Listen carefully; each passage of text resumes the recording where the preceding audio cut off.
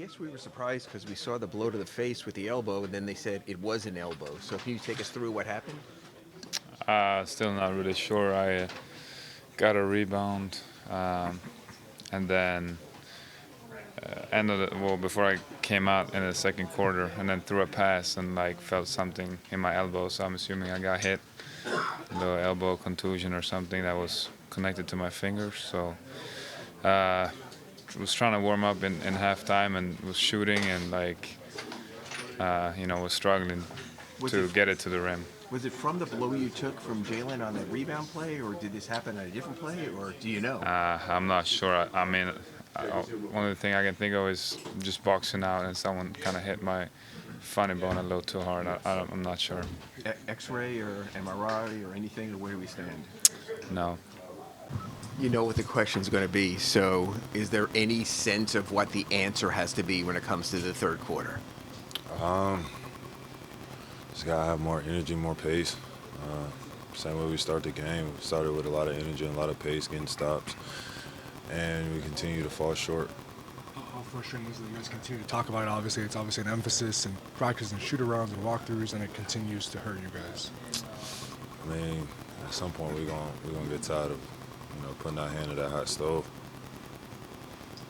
Going forward, just consistency overall, putting together some sort of streak or whatever, is it just replicating what you do in the first halves, or does there have to be, Coach was talking about more attention to detail, that the little things are creating the big problems? We just got to keep doing the little things.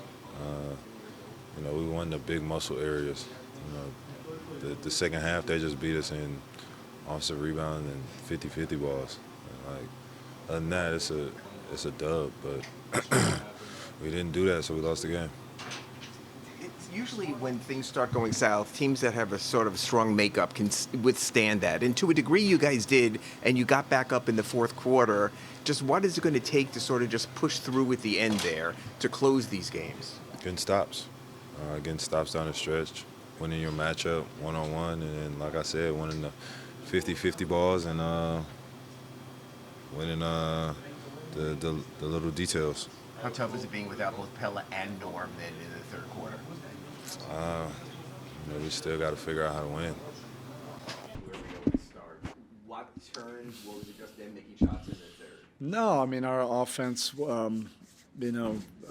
were pressing a little bit more in the second half, and it's all from the right place. We have great competitors in our locker room. You knew that they wouldn't go, 1 for 20 or whatever it was, again from 3. If you just look at the big picture of it, defensively, we were very good. Very good.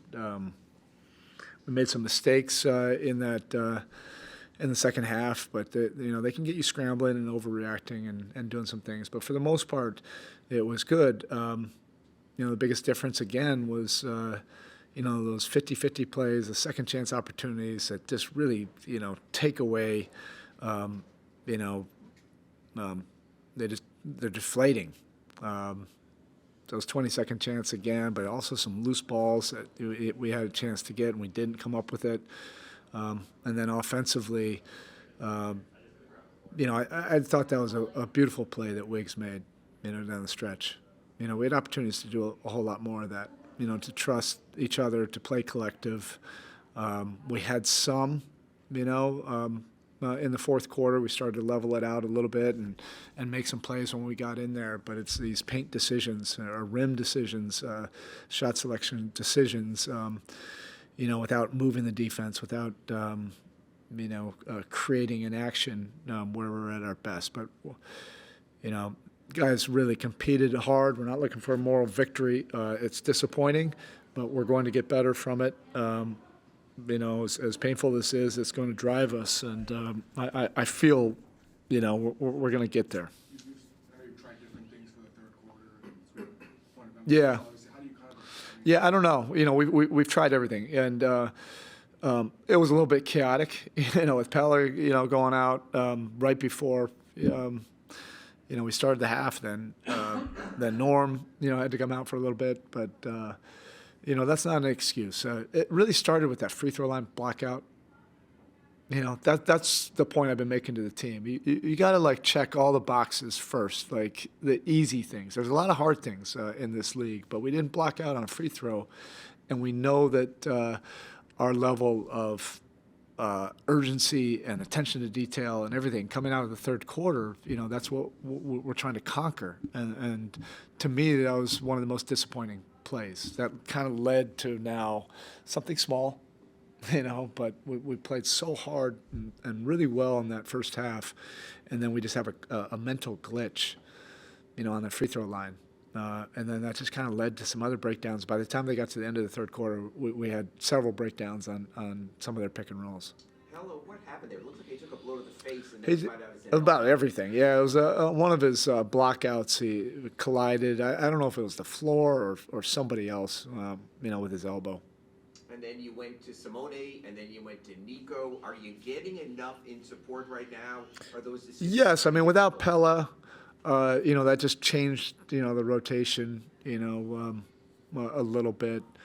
In the first half we had a rotation that we thought, was pretty solid.